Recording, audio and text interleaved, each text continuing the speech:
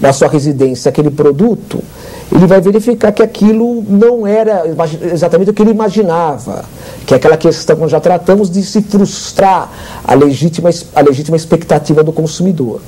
Nessas situações, o código garante ao consumidor o direito de arrependimento, desistir da contratação em até 7 dias após receber o produto. Exatamente por essa situação. Ele pode chegar e viu uma coisa pela internet, e quando chegou na sua residência não era aquilo que ele queria, ou não teria aquela finalidade da qual ele necessitava. Exato.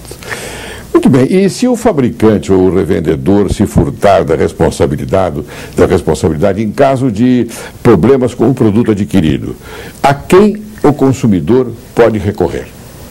Ele pode recorrer inicialmente aos órgãos de defesa do consumidor. Nós temos aqui em São Paulo, em diversos estados, o PROCON, que tem atuado muito bem nessa área do consumidor, ou diretamente ele pode recorrer ao Poder Judiciário, especialmente nos juizados especiais cíveis.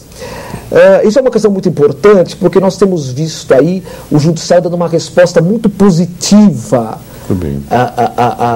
às regras do Código de Defesa do Consumidor, especialmente os juizados especiais. Nós temos aqui diversos processos relacionados ao consumidor, e eu sempre oriento o cliente, quando a questão não extrapola o limite do juizado, a procurar o juizado. Primeiro porque há inicialmente uma tentativa de composição. Claro. E depois porque os juízes estão muito bem preparados, estão aplicando de forma correta o Código de Defesa do Consumidor. Uma questão importante, quando a gente fala de Código de Defesa do Consumidor, que eu acho importante deixar claro isso até para o consumidor e também para o fornecedor, que não é um código para proteger uma parte e prejudicar a outra. Claro. Ao contrário, é uma legislação que pretende equilibrar a relação. E eu gosto até de dizer, não é só uma proteção ao consumidor, mas é um guia, uma regra para o bom empresário. Então o bom empresário não vai ter problema jurídico, não vai ter problema administrativo. Claro. E nesse aspecto, doutor Velosa, o senhor acha que o prejudicado pode se dirigir diretamente ao juizado especial na área juizado de pequenas causas, ou ele terá que antes registrar um termo circunstanciado em uma delegacia de polícia ou coisa parecida? Então não há necessidade. O que nós aconselhamos é que ele inicialmente procure o fornecedor, tentando sanar o problema, o vício no produto. Se isso não ocorrer, ele tente, através do PROCON, dos órgãos administrativos, a solução e, se for o caso, recorrer ao Poder Judiciário. Já o fato dele notificar o fornecedor, ou ao menos ingressar com uma reclamação nos órgãos administrativos, já é o documento necessário que demonstra o interesse do consumidor na solução amigável do problema. Eu fiz essa pergunta porque as pessoas elas ficam em dúvida quanto à atitude a ser tomada. Vou à delegacia de polícia. Então, essa sua explicação é maravilhosa, é excelente, porque é a informação do conhecimento. Não é? Quer dizer, que não há necessidade de se dirigir à delegacia de polícia, basta aquela notificação, que é o comprovante, não é, essencial para a propositura da ação perante o juizado de pequenas causas. E essa reclamação ela pode ser feita por e-mail, claro, por uma carta registrada. É importante que o consumidor tenha uma prova, um documento que fez a reclamação. Muito bem. Forma como ela é feita. Muito bem. E quando o consumidor contratar uma operação de crédito junto a uma instituição financeira, quais as informações devem obrigatoriamente constar? Como nós dissemos no começo da entrevista, desembargador, então as relações bancárias são reguladas pelo Código de Defesa do Consumidor. E o próprio Código vai estipular, quando houver uma operação de concessão de financiamento, as condições, os requisitos que a contratação deve preencher. Então, a necessidade, primeiro, de constar o valor em moeda corrente nacional. Depois, a taxa de juros que é aplicada. não só a mensal, como a taxa efetiva anual. Ainda, o valor total da contratação, com financiamento e sem o financiamento. E uma coisa muito importante, que às vezes o consumidor não sabe, mas é um direito que a lei lhe assegura. Ele tem o direito de quitar antecipadamente o financiamento com a redução proporcional do juro. Claro. Então ele precisou comprar um veículo em 36 parcelas. Depois ele melhorou, conseguiu um emprego e recebeu um dinheiro, alguma coisa. Ele fala, eu não quero ficar pagando esse juro por mês. Então, ele pode sim. Ele tem a obrigação, não é que ele tem, que a instituição financeira pode ou não aceitar. Ela tem a obrigação de aceitar. Claro. O consumidor pague antecipadamente, quite o financiamento e faça a redução proporcional do proporcional àquilo que já foi pago. Muito bem.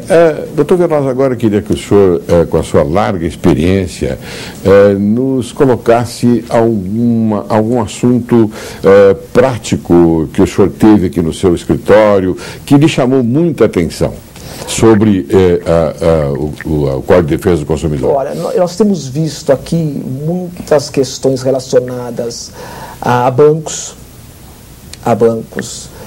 Então, o consumidor vai receber o talonário pelo correio, o talonário se desvia, não vai no consumidor, alguém utiliza esse talonário e começa a utilizar indevidamente.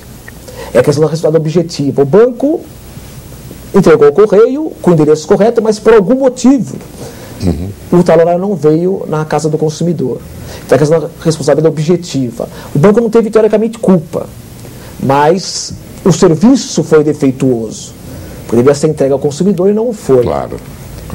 Então, nós tivemos várias ações onde os juízes, aplicando o Código de Defesa do Consumidor e aplicando essa teoria da responsabilidade objetiva, independente de culpa, assegurar ao consumidor direito à indenização. Outra questão importante que está relacionada ao Código de Defesa do Consumidor, não obstante ter uma legislação própria, mas que também é um ramo do Código de Defesa do Consumidor, é a questão dos planos de saúde, do atendimento à saúde. Certo. O usuário do plano é um típico consumidor. Claro. E nós temos isso também nesses casos onde o plano de seguro, a operadora se nega a atender, se nega a dar cobertura. Nós temos visto aí o consumidor ingressando no judiciário e o judiciário, de forma brilhante, aplicando não só as normas da própria legislação específica, mas como filosofia dessas normas, como princípio dessas normas, o Código de Defesa do Consumidor. Muito bem, eu percebo pelas suas palavras que o senhor aqui não só faz um elogio ao Poder Judiciário, como também o coloca como uma peça importante para resolver todos os problemas atinentes ao consumidor. Então eu fico muito contente, muito satisfeito, porque o nosso objetivo é esse. O Poder Judiciário ele cumpre o seu papel. E eu sempre digo que o Poder Judiciário é um dos poderes mais confiável, porque o jurisdicionado provoca o Poder Judiciário e obtém a resposta, ou positiva ou negativa, mas sempre obtém a resposta prontamente. Então, eu agradeço muito a sua atenção e eu queria que o senhor, então, agora colocasse suas considerações finais para que a gente possa, então, se despedir. Zimar Goleiro, eu agradeço a participação e, como eu disse ao senhor no começo da entrevista, é um assunto que me agrada muito, porque, especialmente a partir do Código de Defesa do Consumidor, nós temos verificado a população tomar consciência dos seus direitos, procurar o Poder Judiciário, procurar os órgãos de proteção ao consumidor. A população está informada sobre o assunto. E eu acho cada vez mais importante esse tipo de programa, esse tipo de informação, para nós colocarmos a população ciente dos seus direitos, das suas responsabilidades, dos seus deveres também, claro, mas também ciente dos seus direitos, que nem sempre são respeitados. Muito bem. Eu agradeço muito a sua atenção. O senhor nos recebeu no seu escritório, com todo o conforto, com a sua amabilidade, e eu espero que nós nos encontremos uma próxima vez para que a gente possa conversar mais sobre esse assunto ou um outro assunto. Estamos à disposição. Muito obrigado, doutor Velosa, pela sua atenção. Obrigado. Okay? Então.